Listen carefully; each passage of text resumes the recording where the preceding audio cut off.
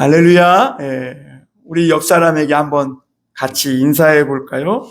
일어나시길 바랍니다. 진짜 일어나라는 얘기가 진짜 일어나시네요. 요즘 시험 기간이죠. 학생들이 한 학기 동안 열심히 공부해 온 것들에 대한 성적표를 받는 시간입니다.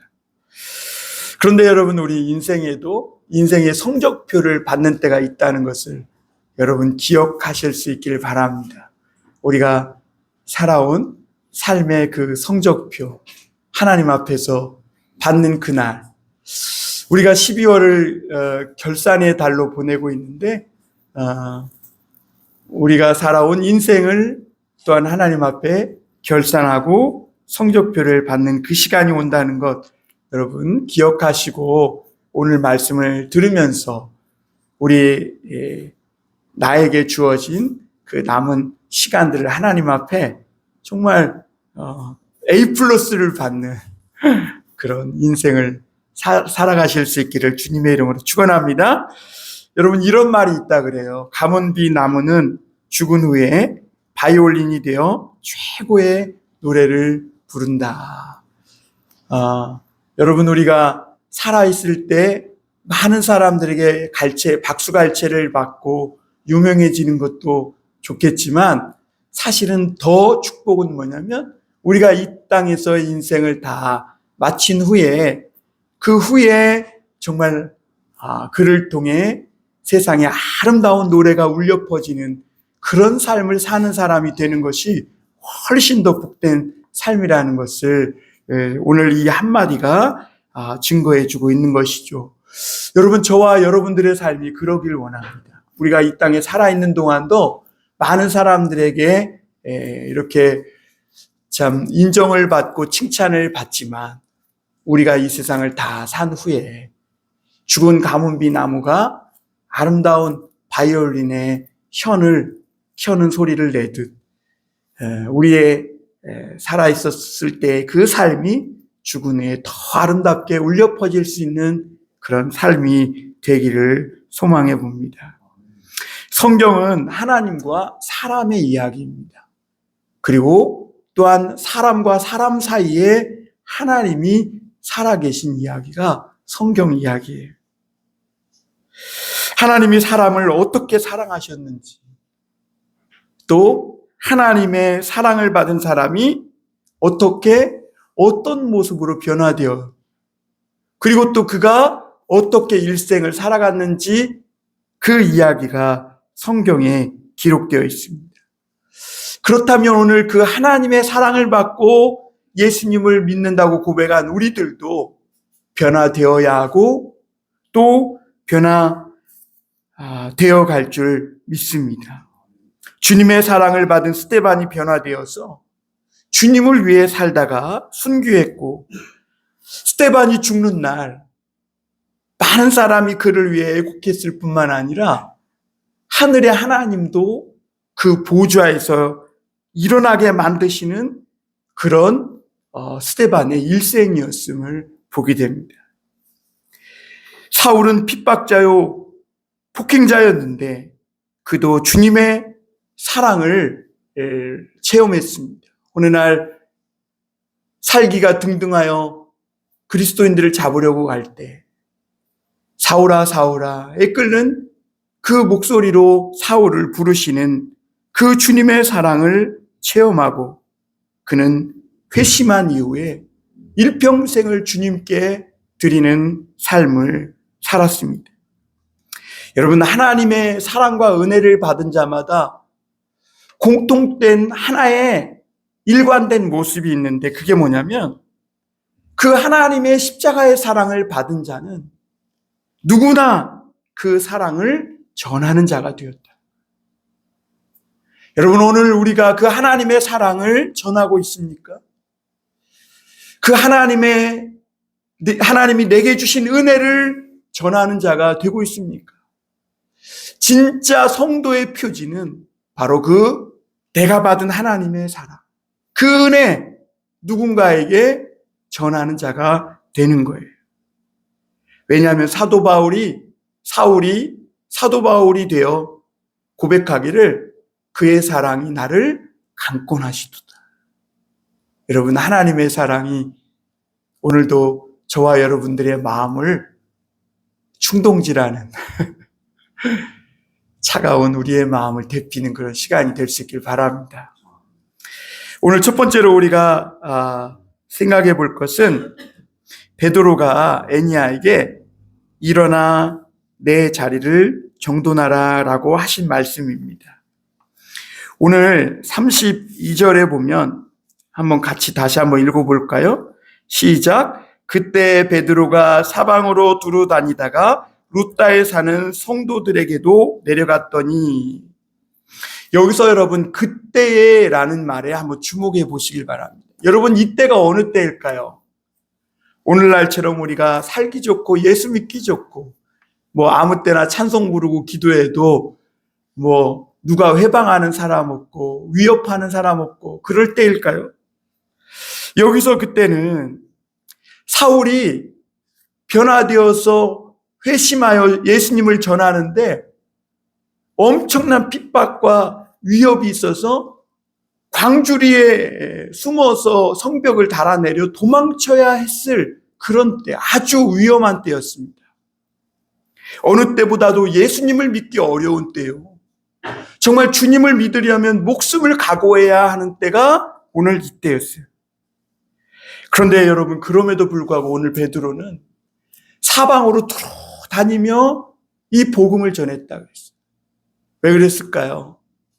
베드로가 누구에게도 그 말로 다 형용할 수 없는 주님의 사랑을 받았기 때문에, 그 주님의 사랑, 그 베드로가 받은 사랑은 자기 생명보다 더 소중한 사랑이었어요.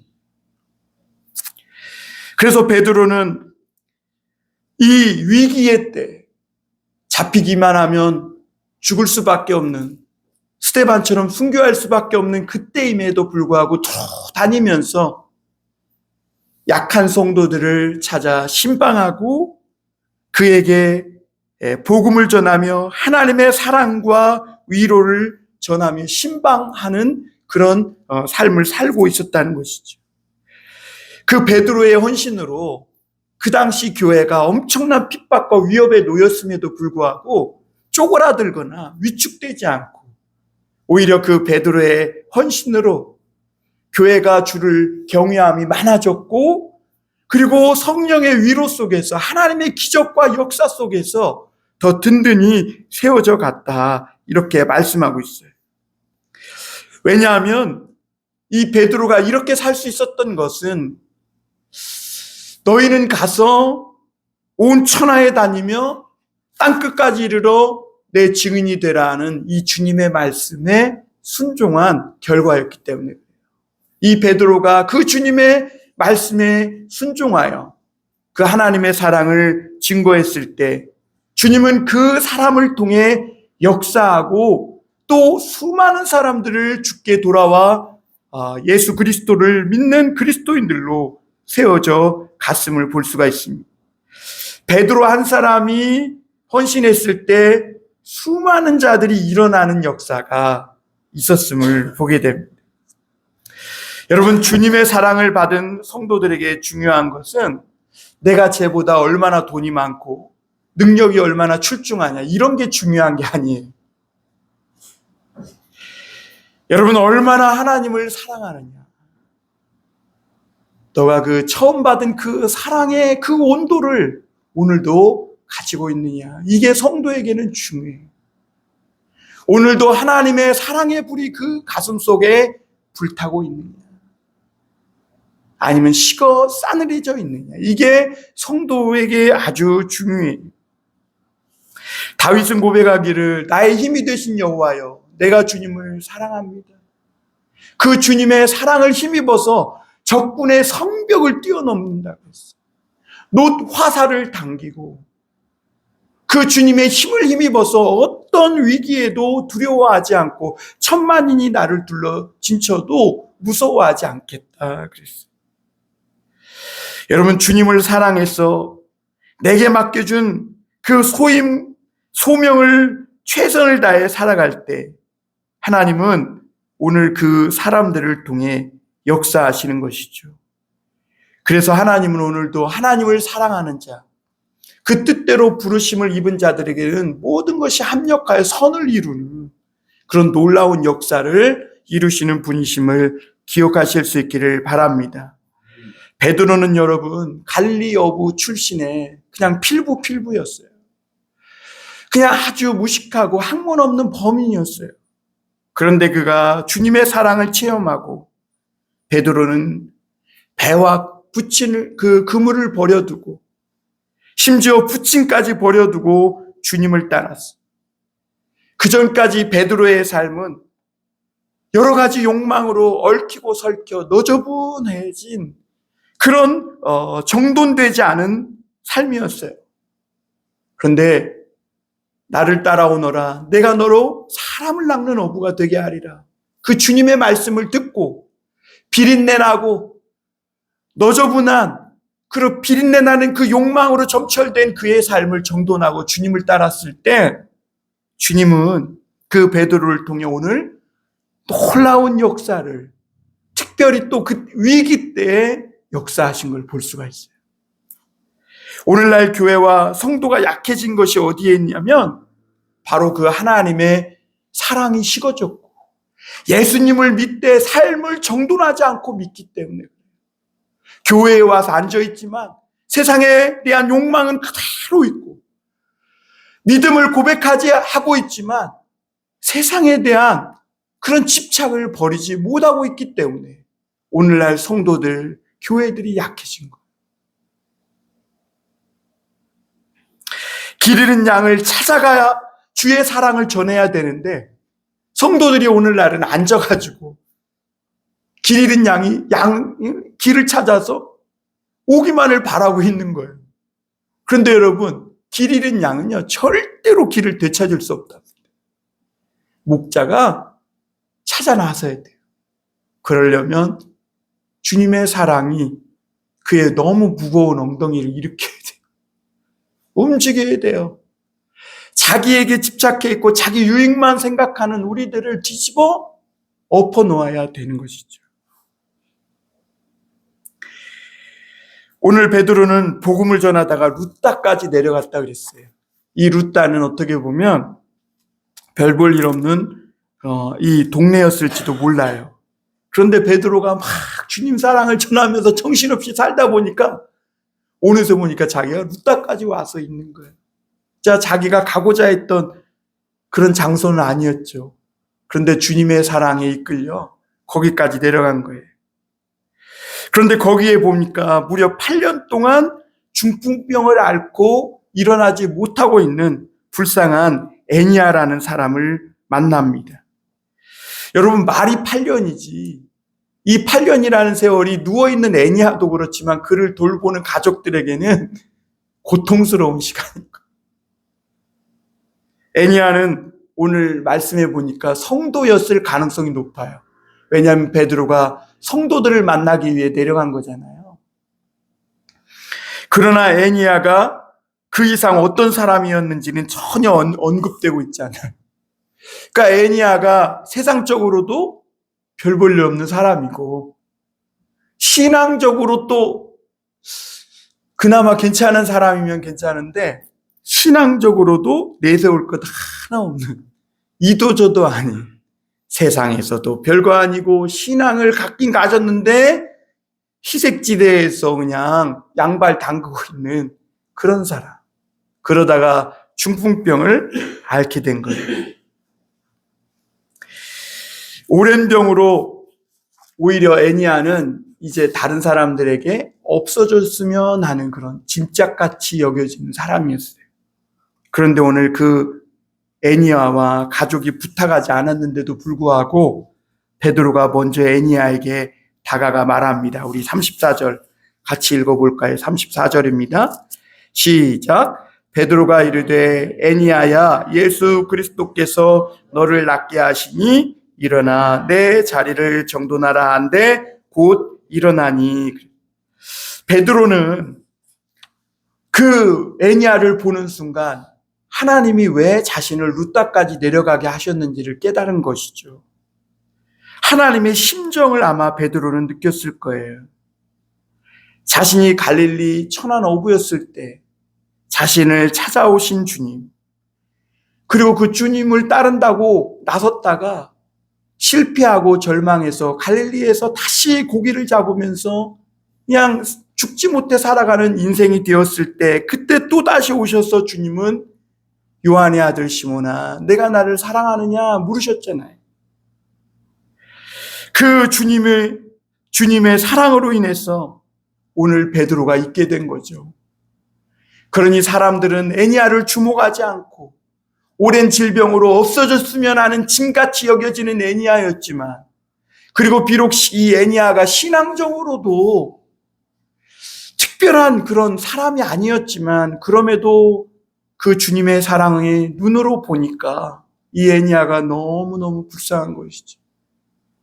그래서 또다시 이 베드로는 애니야를 향해 가서, 애니야야, 그리스도께서 너를 낫게 하시니 일어나 내 자리를 정돈하여 가라, 이렇게 말씀하는 것을 볼 수가 있습니다.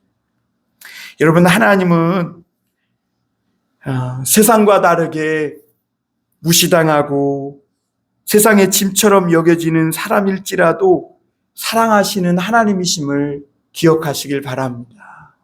여러분, 우리는 세상에서 사람까지 얼마나 가치 있는 존재냐, 이걸 가지고 판단할 때가 많아요.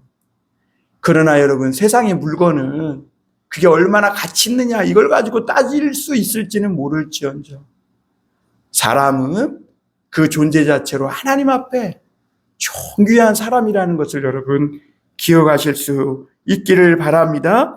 그래서 예수님은 이 땅에 사랑으로 오셔서 가난한 자, 소외된 자들을 찾아가 주저앉아 있는 그들을 일으켜 세우시는 주님이셨음을 보게 됩니다. 그리고 가난한 자들을 향해 가난한 자에게 복이 있다 하시면서 소망을 불어넣어 주셨고, 손가락질 당하면서 마태복음 11장 19절에 보니까 주님은 세상에 버려진 세리와 죄인들을 친구가 되시며 그 일생을 사셨던 것을 보게 됩니다.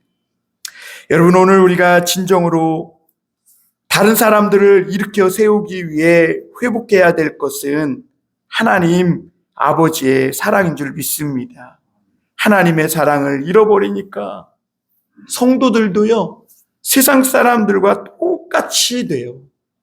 세상 사람이 멸시하는 사람 똑같이 멸시하고, 세상이 외면하는 사람 똑같이 외면하고, 때로는 성도인데 하나님의 사랑을 잃어버리니까 심지어 그나마 일어나려는 사람 일어나지 못하도록 더 주저앉히고 상처까지 주는 맹혈인간이 되는 것을 보게 됩니다. 여러분, 오늘날 교회를 돌아보세요. 교회에 병자들이 얼마나 있으며, 교회에 가난한 자들이 얼마나 있으며, 교회에 소외된 자들이 얼마나 나오고 있느냐 하는 것이죠. 우리나라 기독교 처음 교회가 그러지 않았어요. 우리나라 기독교 처음 교회는 국회의원이나 세상에서 막 유명한 사람들이 아니라 오히려 세상에서 정말 아무도 알아주지 않는 길거리의 농마주의 같은 사람들이 교회에 나왔던 것을 보게 됩니다. 그런데 오늘날 교회를 보면 다 잘나고 잘 살고 어딜 가도 당당하게 얼굴 내밀며 사는 정말 의인들로 가득 차고 있는 것을 보게 됩니다. 그러니 교회들이 하나님의 사랑은 식어지고 정의만 외치면서 한쪽으로 기울어진 것을 보게 되죠. 그러나 여러분, 하나님은 아무 쓸모없어 보이는 사람까지도 사랑하시고 계신다는 것을 오늘 베드로를 통해 보여주고 있는 줄 믿습니다. 베드로는 애니야에게 오늘 두 가지 말을 합니다. 첫 번째 말은 예수 그리스도께서 너를 낫게 하시니 일어나라, 이렇게 말씀하시고, 또 한 가지는 뭐예요? 같이 해볼까요? 내 자리를 정돈하라. 이게 중요합니다. 내 자리를 정돈하라. 주님께서 낫게 하시는 것도 중요한데요. 그 다음 말이 더 중요해요. 내 자리를 정돈하라. 베드로가 이렇게 말한 이유는요. 베데스다 연못가에서 38년 된 중풍병자를 고치시는 주님의 모습을 봤기 때문에. 주님이 베데스다 연못에 가니까 그 주변에 많은 병자들이 몰려 있어요. 왜 몰려 있냐면 천사가 한번 내려와가지고 가끔 물을 흔드는데 그때 가장 먼저 그 연못에 들어가는 자는 무슨 병이든 다 낫는다는 그 전설이 있어서 그 전설을 믿고 있기 때문에 많은 사람이 모여 있는 거예요. 그 주님은 거기 가셨다가 38년 동안 정말 가장 오랜 병으로 고통당하는 그 중풍병자를 보시고 주님께서 그에게 물으셨어요. 내가 낫기를 원하느냐? 그러자 이 중풍병자는 그동안의 삶이 너무나 한이 맺혔는지 자신도 낫기를 원하지만 물이 흔드는데 자기가 중풍병자니까 그 물이 흔들릴 때 가장 먼저 들어가서 이 병이 낫기를 원하지만 도리가 없다는 것이죠. 그러면서 주님께 하소연을 했어요. 그때 주님이 뭐라고 말하냐면 일어나 내 자리를 들고 걸어가라 이렇게 얘기하세요. 주님이 일어나 치유되라 이렇게만 얘기한 게 아니라 일어나 내 자리를 들고 걸어가라. 요한복음 5장 8절에 말씀하고 있어요. 38년 동안 누워있으니까 여러분. 그 자리가 얼마나 어수선하고 지저분하고 너저분했겠어요. 사람들이 봐도 불결했겠죠. 주님은 그러기에 이 38년 된 병자의 병만, 그 몸만 치유한 것이 아니라 그의 삶과 그의 삶의 자리를 바르게 정돈해서 다시는 똑같은 병에 걸리지 않도록 그 삶의 자리를 정돈하는 그런 사람이 되라고 말씀하신 줄 믿습니다. 그리고 오늘 이 중풍병자는 주님 말씀에 아멘하고 일어나 자신의 자리까지 깨끗이 정돈하고 걸어갔다는 것이죠. 삶이 정돈된 그리스도인으로 거듭난 거예요. 베드로는 주님이 하신 말씀대로 애니야에게 오늘 똑같이 선포합니다. 애니야야, 그리스도께서 너를 낫게 하시니 일어나 내 자리를 정돈하라. 그런데 놀랍게도 이 애니야도 일어났고 또 일어나서 자기 삶의 자리를 정돈했어요. 그리고 그 사람을 보고 그 애니야 보고 룻다뿐만 아니라 거기 샤론인가요? 네, 거기에 사론에 사는 많은 사람까지도 오늘 그 애니야를 보고 주께로 돌아왔다는 거예요. 여기서 애니야가 몸이 치유된 것만 본 게 아니라 그가 치유를 주님의 이름으로 받은 후에 몸이 건강해진 후에 그의 삶이 완전히 바뀌어서 정돈된 거예요. 그걸 보고 많은 사람이 주께 돌아온 거예요. 여러분 예수 믿고 삶을 정돈해서 새롭게 출발한 사람들을 보고 얼마나 많은 사람들이 주께 돌아오는지 몰라요. 오늘도 그 한 사람이 필요한 거예요. 예수님을 믿고 내 불결하고 더러웠던 삶의 자리를 정돈하고 회심하여 완전히 새 삶을 출발하는 그런 사람. 신앙은 삶의 정돈이라 믿으실 수 있길 바랍니다. 죄로 모든 것이 헝클어졌던 우리의 삶이 주님의 피로 깨끗하게 정돈되고 주님이 빛이 있으라 하시니까 카오스와 같이 혼돈되고 어지럽던 내 삶에 한 줄기 빛이 들어와 깨끗하게 정리되고 질서 잡히는 것. 그것이 주님이 우리를 향한 구원인 줄 믿으시길 바랍니다. 만약 이 38년 된 병자나 오늘 애니야나 그들이 그냥 삶의 자리를 정돈해 주시는 주님을 만나지 못하고 계속해서 무절제하고 어수선했던 그런 삶의 자리를 정돈하지 못했다면 치유되지 못했을 때만도 못할 거예요. 몸이 치유된 것이 아무런 유익이 되지 못했을 거예요. 왜냐하면 그가 몸이 치유됐을지라도 정돈되지 못한 그의 삶으로 인해 그는 똑같이 또 죄짓고 범죄하는 삶을 살았을 것은 불보듯 뻔하기 때문입니다. 그러나 감사한 것은 오늘 주님이 육체뿐만 아니라 삶의 자리까지도 바르게 정돈할 줄 아는 참된 그리스도인이 되게 하셔서 그의 영혼과 정신까지도 치유해 주시는 그런 주님이 되어주셨다는 것이죠. 그러므로 이제는 이 애니아가 지금까지는 다른 사람의 도움으로 그렇게 지금까지 다른 사람이 펴준 자리 위에서만 살았는데 이제는 일어나 자기 삶을 정돈하고 다른 사람의 자리를 펴주는 그런 섬김의 사람이 된 줄 믿습니다. 예수님으로 삶이 정돈되지 못한 사람은 다른 사람을 위해 뭔가 해줘도요, 그게 그 사람을 위한 진정한 것이 될 수 없어요. 예를 들면 여러분, 우리가 예수님으로 인해 삶이 정돈되지 못했을 때, 그냥 술에 찌들어 살 때 우리가 다른 사람을 위해 베풀 수 있는 게 뭘까요? 술자리밖에 안 되는 거예요. 그런 거는 나도 망하고 너도 망하는 것이죠. 그러나 예수님 안에서 삶이 정돈되니까 그 사람의 삶에 복을 받는 자리, 하나님을 섬기고 예배하는 그런 자리까지 이렇게 베풀어 줄 수 있는 사람이 되는 줄 믿습니다. 베드로가 예수님을 만나고 삶이 정돈되기까지는 기분에 따라 좌충우돌하는 그런 가시 같은 사람이었어요. 그래서 남에게 줄 수 있는 거라는 건 별거 없었어요. 그런데 이 베드로가 주님 안에서 삶이 정돈되니까 이제는 다른 사람의 질병을 예수님의 이름으로 고쳐 일으켜 세울 뿐만 아니라 그도 정돈된 삶을 살 수 있도록 인도해 주는 사람이 되었다는 것이죠. 사도 바울은 예수님을 만나기 전에 병기와 같았어요. 그 삶은 다른 사람을 해치는 삶이었어요. 그런데 주님을 만나니까 이 사도 바울이 다른 사람을 어떻게 해요? 주님 앞에 일으켜 세워서 치유하고 고쳐 살리는 사람이 되었다는 것이죠.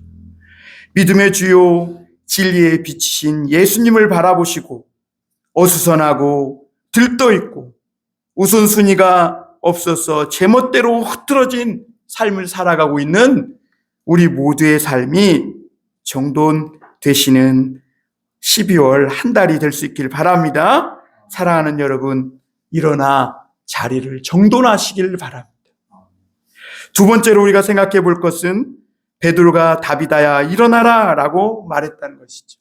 이 다비다의 삶을 보면 어떤 분이 이런 아재 개그를 썼어요. 다비다가 다비다. 다비다의 삶을 보면 인생의 참된 어떻게 인생을 살아가야 할지에 대한 답이 다비다에게 있다는 것이죠. 그러면서 이런 얘기도 해요. 예수님의 12제자 중에 가룟 유다를 대신해 누가 뽑혔죠? 마띠아가 뽑혔잖아요. 왜 마띠아가 뽑혔냐? 마띠아. 예, 졸음 깨지라고 한 번 더 하면 큰일 나겠죠. 그 여러분, 오늘 이 다비다의 삶을 보면서 내 인생의 답을 찾으실 수 있길 바랍니다. 여러분, 애니아가 중풍병에 걸렸다는, 중풍병에서 일어났다는 이 소문을 듣고 베드로를 추청합니다. 베드로는, 왜 그러냐면 요바에는 다비다라는 여인이 있었는데 그 여인이 선행과 구제를 심히 많이 했다. 그냥 많이 했다 그랬는데 심히 많이 했다. 그런데 그 여인이 그러다가 죽은 거예요. 그때 죽었어요. 하필 또 왜 그때 죽어. 선행과 긍휼을 많이 베푸는데 구제를 많이 하는데 그때 죽었어요. 그런데 성경은 그녀를 뭐라고 표현하고 있냐면 여제자라고 표현하고 있어요. 여제자. 여러분, 당신은 남성 위주의 사회예요. 여자는요, 숫자에도 들어가지 않을 때예요. 그런데도 성경은 그를 여제자라고 성별까지 붙여 기록하고 있음을 보게 됩니다. 우리 거기 한번 읽어볼까요? 36절입니다. 시작. 요바에 다비다라 하는 여제자가 있으니 그 이름을 번역하면 도르가라 선행과 구제하는 일이 심히 많더니 37절 그때 병들어 죽음에 시체를 씻어 다락에 누이니라. 여러분, 오늘 여기서 이 다비다라는 여인이 죽었을 때 그 여인을 여제자라고 이렇게 부른 거에는 심장한 뜻이 있습니다. 당신은 여성이라 불편한 것이 한두 가지가 아니에요. 그럼에도 불구하고 이 다비다는 여성임에도 불구하고 여제자라는 이름을 받기까지 그의 삶에 자기가 여성으로 태어났지만 불가능한 것이 없다 이렇게 믿고 자기가 할 수 있는 일을 찾아서 선행과 구제를 많이 한 사람. 이 다비다는 베드로처럼 내가 베드로였다면 그러지 않았어요. 여자로 태어났기에 할 수 없는 것이 많고 불편한 것이 많지만 여자이기 때문에 볼 수 있는 것, 여자이기 때문에 할 수 있는 그 일을 찾아 주를 섬겼다는 것이죠. 여러분, 이 다비다가 여자이기 때문에 볼 수 있었던 것이 뭐예요? 베드로는 못 봐요. 기적과 능력이 많은 베드로인데도 못 보는 게 있어요. 그게 뭐냐면 과부들의 속옷과 겉옷을 보니까 과부들이 삶이 어려워서 맨날 똑같은 옷 입고 다 헐어버린 속옷을 입고 살아가고 있는 거예요. 그러니까 다비다가 그 모습을 보고 그 바늘을 놓지 않고 밤새 일해서 여성으로서 할 수 있는 그 일을 해서 그 겉옷과 속옷이 떨어지고 남루한 많은 과부들을 돕고 선행을 많이 했다는 것이죠. 여러분, 남자들의 눈은 거의 동태 눈이에요. 안목이 없어요. 저도 맨날 여보 내가 이거 어딨어? 그러면 여기다 놓고 맨날 찾아요. 눈 어디다 두고 사냐고. 남자는 못 보는 게 많아. 안목이 없어요. 그런데 희한하게 여자들은 잘 봐요. 세심해. 그 여자분들은 남자를 이해해. 조금 안목이 없어. 동태 눈이야. 그 남자들은 인정해요. 내가 잘 못 본다는 거. 근데 이 다비다는 내가 베드로가 되면 더 좋았을지 않을까 이런 생각을 품지 않고 다비다로서 여성으로서 자기가 할 수 있는 일들을 하며 주의 마음을 품고 섬긴 걸 보게 됩니다. 그때 그는 여제자라는 이런 칭호를 얻은 것이죠. 여러분, 사람이 인생 성적표를 받을 때는 그 사람이 죽었을 때입니다. 어떻게 살았는지가 가장 잘 나타나는 때가 죽었을 때예요. 오늘 보니까 다비다가 죽었을 때 그녀가 살았을 때는 누구 하나 얘기하지도 않았던 그의 삶의 흔적들이 막 드러나기 시작합니다. 다비다를 통해 예수님의 사랑을 받은 많은 과부가 모여서 다비다가 죽었을 때 통곡하며 울었어요. 다비다의 이 시신 앞에서 통곡하고 안타까워했다 말씀하고 있어요. 그래서 그들은 루다에 내려온 베드로에게 막 지체 없이 기별해서 좀 내려와 달라고 이야기합니다. 그래서 여러분, 이런 믿음의 공동체 안에 있다는 것이 얼마나 중요한지 모르죠. 베드로도 오늘 이 모든 사람을 이 욥바에 내려와 이 다비다의 죽어있는 시신을 보면서 모든 사람을 다 내보내고 다비다야 일어나라 하면서 그의 손을 잡아 일으키니 다비다가 오늘 일어난 것을 볼 수 있습니다. 여러분, 주님께서 죽어가는 애니아와 죽은 다비다에게 베드로를 보냈듯이 오늘도 저와 여러분들을 죽어가는 이 시대에 많은 사람들에게 보내고 있다는 것을 여러분 기억하시길 바랍니다. 여러분, 그들의 손을 잡아 일으키시는 사람이 되도록 하기 위하여 주님이 저와 여러분들에게 먼저 그 사랑을 보이시고 체험케 하셨다는 것. 여러분, 여기서 베드로가 그 시신되어 누워있는 다비다를 볼 때 가장 힘든 것이 뭐였냐면, 제가 생각해 보니까 일어나라 외치는 게 아마 힘들지 않았을까 생각해요. 왜냐하면 죽어있는 다윗아 시신 앞에 일어나라 라고 외쳤는데 안 일어나면 어떻게 될까요? 얼마나 힘들게. 여러분, 근데 오늘날 성도들도 그런 어려움 갖고 사는 거 알아요? 용기가 없어요. 우리 주변에 아유 저 사람은 안 돼라고 미리 속단하고 주님이 가서 일어나라 외치라고 하는데도 꿈쩍도 않고 아무 반응도 없을까 봐 못해. 여러분, 그러지 말고 주님께 역사는 맡기고 그냥 나는 나팔이 된다 생각하고 주님이 나에게 감동 주시면 삶의 무게에 짓눌려 주저앉아 있는 사람을 향해 담대하게 일어나라 외치고 손잡아 일으켜줄 수 있는 그런 그리스도인들이 될 수 있길 바랍니다. 제가 이런 얘기 좀 드려서 송구한데, 지난 금요일 날 저희 장인어른이 새벽에 그 신호 위반하는 그 차에 미니버스에 치여서 지금 뇌출혈로 위독한 위기에 있어요. 근데 우리 장인은 엄청 건강하신 분이거든요. 올해 75세인데 그래서 그 연락을 받고 지난 금요일 새벽에 일찍 내려가서 봤는데 참 두개골이 너무 많이 깨져 있고 뇌가 다쳐가지고 시신경에 그 모든 신경에 이렇게 참 끊어진 뇌사 상태가 지금 진행되고 있는 상태예요. 그래서 사고가 어떻게 났냐 그래 봤더니 그 동네에 그 치매 걸린 할머니가 있다는 거예요. 그래가지고 그 할머니가 막 새벽만 되면 돌아다닌다는 거예요. 그래서 처제가 아빠 그 할머니 한테 가봐 그랬대요. 그래서 장인어른이 새벽기도 끝나고 늘 운동하시니까 자전거를 타고 그 할머니를 찾아 나서서 횡단보도를 건너는데 그 탁송해주는 차예요. 그 미니버스 27인승 현대 카운티인데 그 노란 차가 신호를 위반해가지고 장인어른 차를 치워서 지금 그런 갑자기 하루아침에 황당하게. 그러니까 우리 처제는 자기 때문에 그렇다고 막 이렇게 죄책감 때문에 너무 우는 거예요. 그래서 제가 그랬죠. 이 사람아, 당신 때문이 아니야.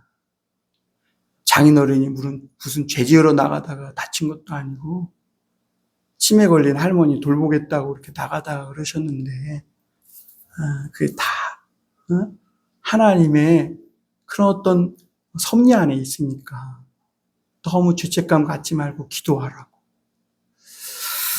여러분 기도해 주시길 바랍니다. 여러분 누군가를 일으키려면 마지막으로 우리가 생각할 것은 희생해야 합니다. 여러분 살리기 위해 내가 죽는 것입니다. 애니아나 다비나나 고침받고 살아날 것이라면 왜 중풍병으로 8년이나 누워있고 왜 선행과 구제를 많이 하는 그때에 죽었겠는가. 왜냐하면 더 많은 사람들을 살리기 위해 애니아가 병들고 오늘 다비다가 죽은 거예요.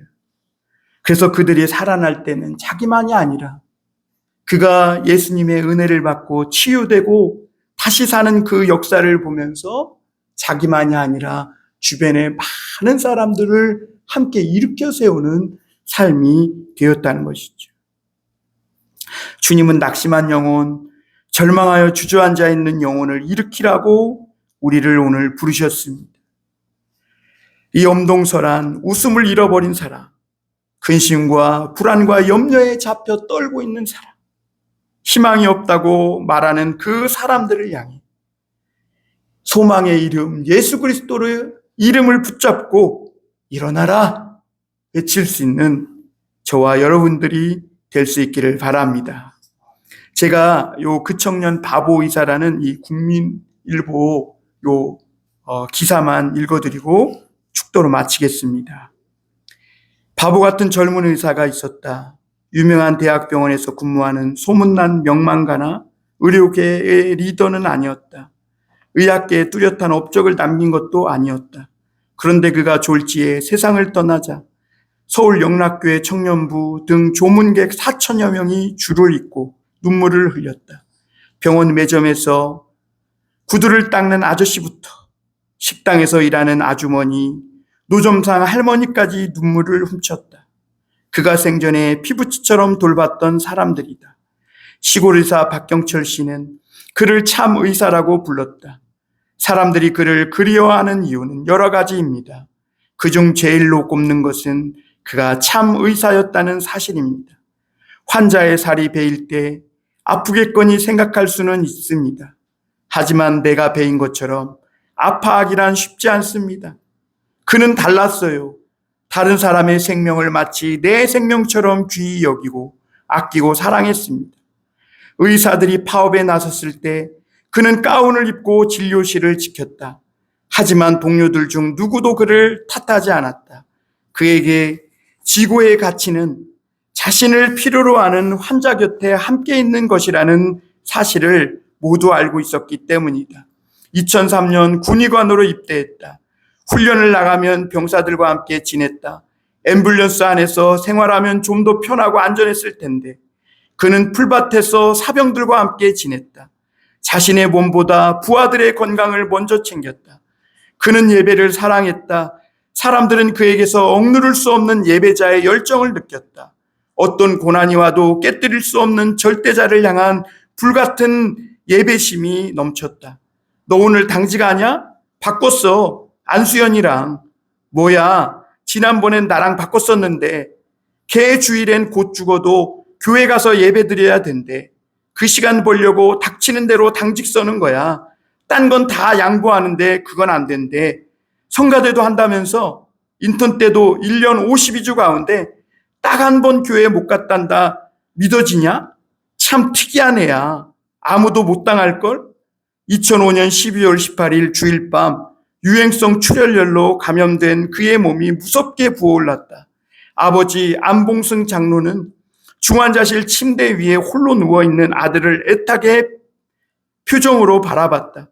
세상에서 가장 자랑스러웠던 아들은 벌거벗은 몸으로 괴롭게 숨을 쉬고 있었다. 크리스마스 이브였다. 삶과 죽음 사이에 걸쳐있는 자식을 두고 아버지는 병원을 나왔다. 겨울밤 찬바람 속을 묵묵히 걸었다. 주여, 혹시 제가 하나님보다 자식을 더 사랑했다면 용서하소서. 혹시 제 마음에 남을 향한 원망과 미움이 한 점이라도 남아있다면 용서하소서. 새해가 되자 그의 상태가 급격히 악화됐다. 선후배 의사들이 모두 힘을 모아 심폐소생술에 들어갔지만 소용이 없었다. 중환자실은 그가 토해낸 피로 물들어 있었다.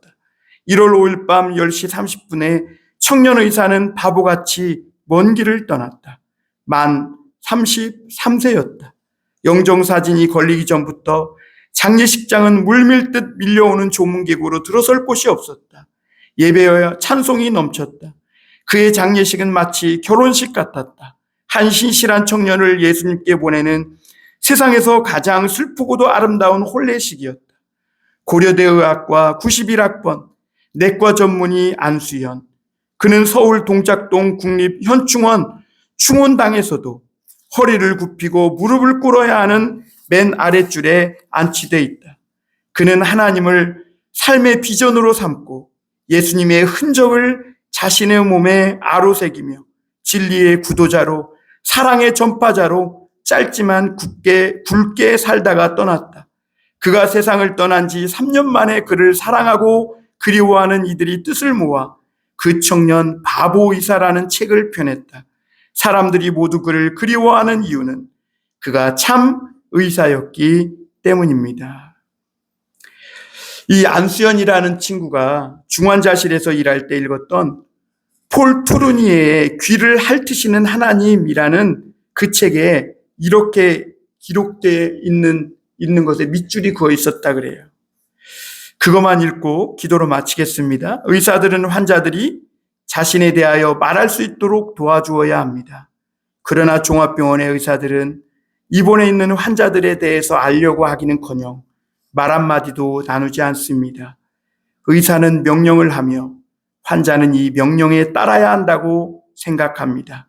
그 길에서 만남의 빛이 발생할 수 없습니다. 만남의 빛은 의사들이 환자들보다 더 많이 안다고 주장하는 데서 자유로워지는 데 있는 것입니다. 여러분, 오늘도 우리가 참 성도, 참 목사로 살아가는 우리 모두가 될 수 있기를 주님의 이름으로 축원합니다. 기도하겠습니다. 하나님,